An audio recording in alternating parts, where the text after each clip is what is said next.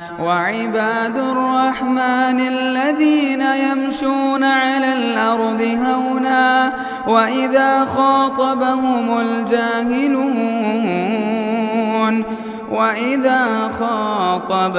الجاهلون قالوا سلاما.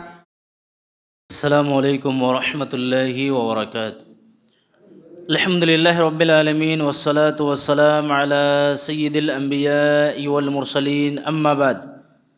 اللہم صلی علی محمد وعلی آل محمد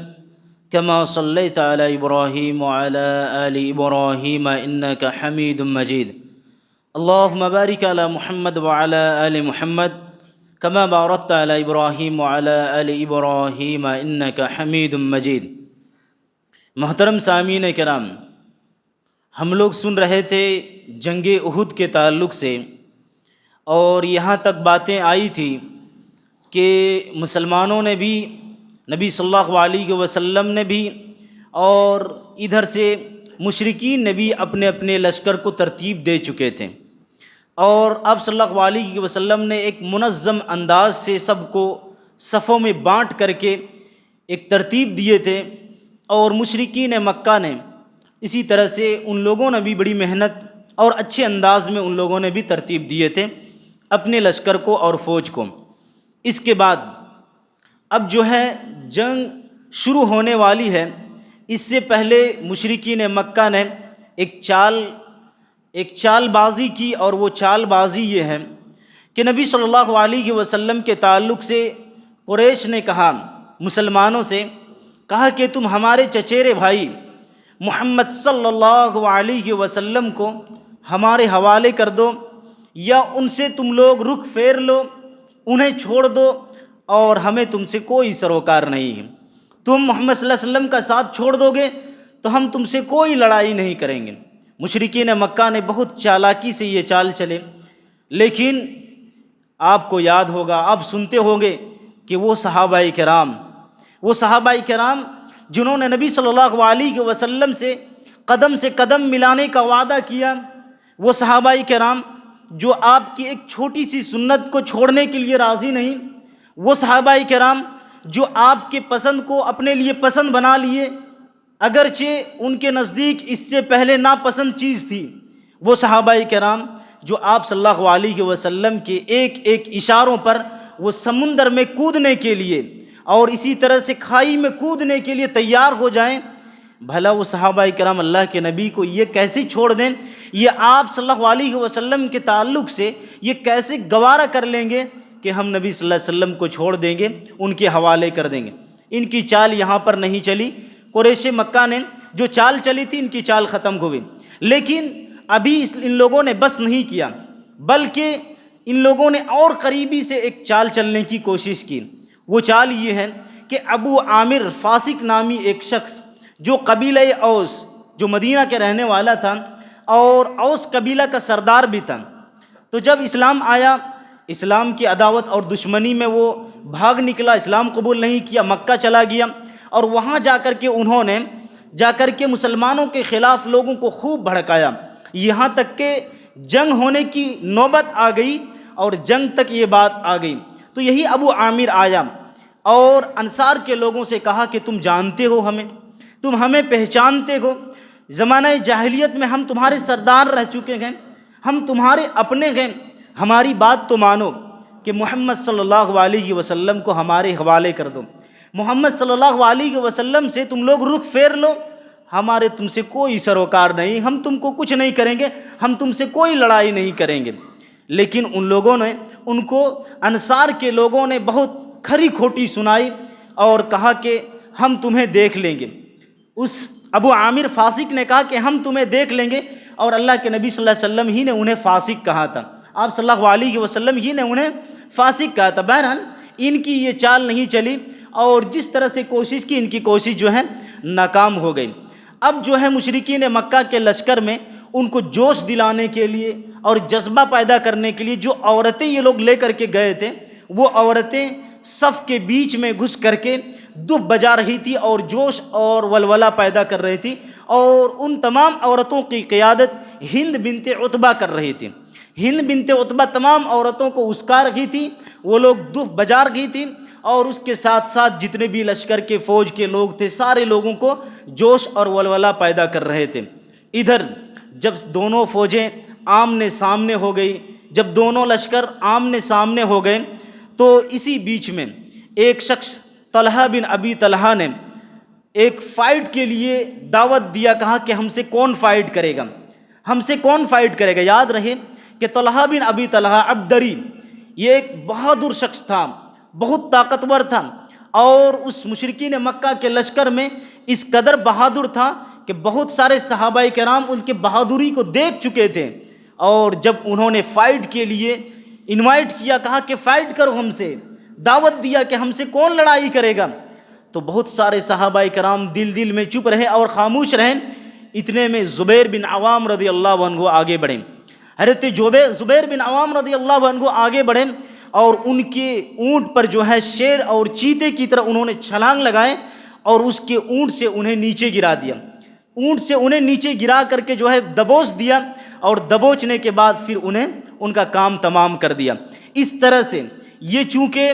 یہ بنو عبد الدار جن کے ہاتھوں میں یہ جھنڈا دیا گیا تھا مشرکین مکہ کے لشکر کا، تو ایک پہلا شخص تھا جنہوں نے جھنڈا کو سنبھالا ہوا تھا۔ اب ان کے بعد جو ہے جتنے بھی جھنڈے والے لوگ تھے، جس جماعت میں جھنڈے کو دیا گیا تھا مشرکین نے دیا تھا،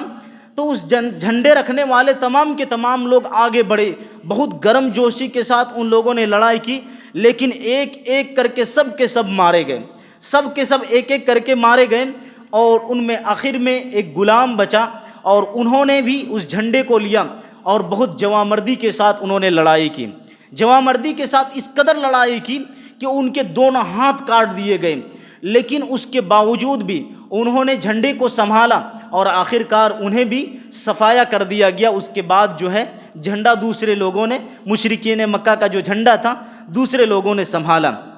اب ادھر دیکھیے کہ ادھر تو مشرکین مکہ کی یہ حالت ہے، لڑائی چالو ہے اور جنگ جاری ہے، اور اسی بیچ میں مسلمانوں کی جماعت میں روح پھونکی گئی، اور اس طرح سے جوش اور جذبہ ہے کہ تمام کے تمام صحابہ کرام ایک دوسرے سے لڑ رہے ہیں، ایک دوسرے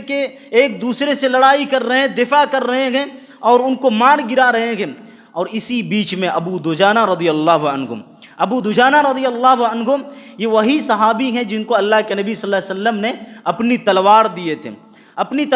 تھے، یہ صحابی بہت بہادر تھے، اور انہوں نے اللہ کے نبی صلی اللہ علیہ وسلم سے وعدہ کیا تھا کہ آپ کا حق بھی ادا کریں گے، اس تلوار کا جو حق ہے اس تلوار کے حق کو ادا کریں گے۔ حضرت زبیر بن عوام رضی اللہ عنہ کہتے ہیں کہ میں نے بھی نبی صلی اللہ علیہ وسلم سے اس تلوار کی مانگ کیا، میں نے بھی مانگ کیا تھا، حضرت علی رضی اللہ عنہ نے جس طرح سے کہا تھا کہ ہمیں دے دیجئے، حضرت عمر فاروق رضی اللہ عنہ نے جس طرح سے کہا تھا کہ ہمیں دے دیجئے، اور اسی طرح سے کہا کہ ہم نے بھی کہا تھا کہ ہم کو یہ تلوار دے دیجئے، ہم لینے کے لیے تیار ہیں۔ اس کے ساتھ ساتھ نبی صلی اللہ علیہ وسلم کی پھوپھی صفیہ رضی اللہ عنہا، یہ بھی میں ان کا ہی بیٹا ہوں، اتنے قریبی ہونے کے باوجود، اور میں قریشی بھی تھا، میں نے تلوار کی مانگ کی لیکن مجھے نہیں ملا، ابو دجانہ کو یہ تلوار مل گئی، تو میں نے ارادہ کیا کہ دیکھتا ہوں کہ ابو دجانہ اس تلوار کا حق کس طرح سے ادا کرتا ہے۔ وہ کہتے ہیں کہ جب انہوں نے اپنے ریڈ کلر کی پٹی کو نکالا اور باندھ لیا، تو لوگوں نے کہا کہ اب یہ موت کے منہ میں بھی جا کر کے لوگوں سے لڑائی کریں گے، موت کے منہ میں بھی جا کر کے لڑائی کریں گے۔ اور حضرت زبیر رضی اللہ عنہ کہتے کہ وہ صفوں کو چیرتا ہوا جا رہا تھا، وہ لوگوں کو صفایا کرتا ہوا جا رہا تھا، اور میں نے دیکھا کہ دشمن کے لشکر کے ایک آدمی ایسا تھا جو مسلمانوں میں سے کسی شخص کو بھی اگر زخمی دیکھتا تو ان پر وار کرتا اور انہیں ختم کر دیتا، انہیں شہید کر دیتا۔ میں نے دیکھا کہ اتنے شہسوار اور اتنے بہادر شخص کو دیکھا، اور ادھر ابو دجانہ کو بھی میں نے دیکھا، تو میں نے دل میں دعا کیا کہ اللہ ان دونوں کا ٹکر ہو جائے تو ہم دیکھیں گے کہ آخر یہ اس سے کیسے لڑائی کریں گے۔ کہا کہ وہ لوگ ایک دوسرے سے قریب ہو رہے تھے، اور ایک وقت آیا کہ دونوں قریب ہو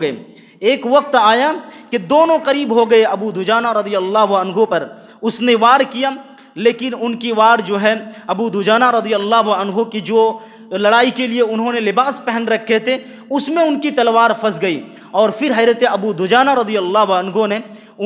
ان کا کام تمام کر دیا۔ اس کے بعد کہتے ہیں کہ ابو دجانہ رضی اللہ عنہ بیچ صفوں میں اور بھی گھستا گیا اور جو بھی ان کے سامنے آتا انہیں وہ صفایا کرتے ہوئے جاتا، یہاں تک کہ ابو دجانہ رضی اللہ عنہ وہاں تک پہنچ گئے کہ دیکھا کہ ایک شخص جو ہے وہ لوگوں کو جنگ پر ابھار رہے گئے، جوش اور جذبہ پیدا کر رہے گئے، تو وہ ان کے پاس گیا اور ان کے سر کے بیچوں بیچ تلوار رکھ دیے تھے۔ حضرت زبیر رضی اللہ عنہ کہتے ہیں کہ ان کے سر کے بیچوں بیچ تلوار رکھ ہی دیے تھے کہ انہوں نے ہائے ہائے کی آواز نکالنی شروع کی۔ تو ابو دجانہ رضی اللہ عنہ نے کہا کہ یہ تو عورت ہے، یہ تو عورت ہے، یہ وہی عورت ہے ہند بنت عتبہ جو صفوں میں بیچ میں جا کر کے لوگوں کو جوش اور جذبہ پیدا کرا رہی تھی۔ تو کہا کہ میں نے دیکھا کہ وہ عورت ہے،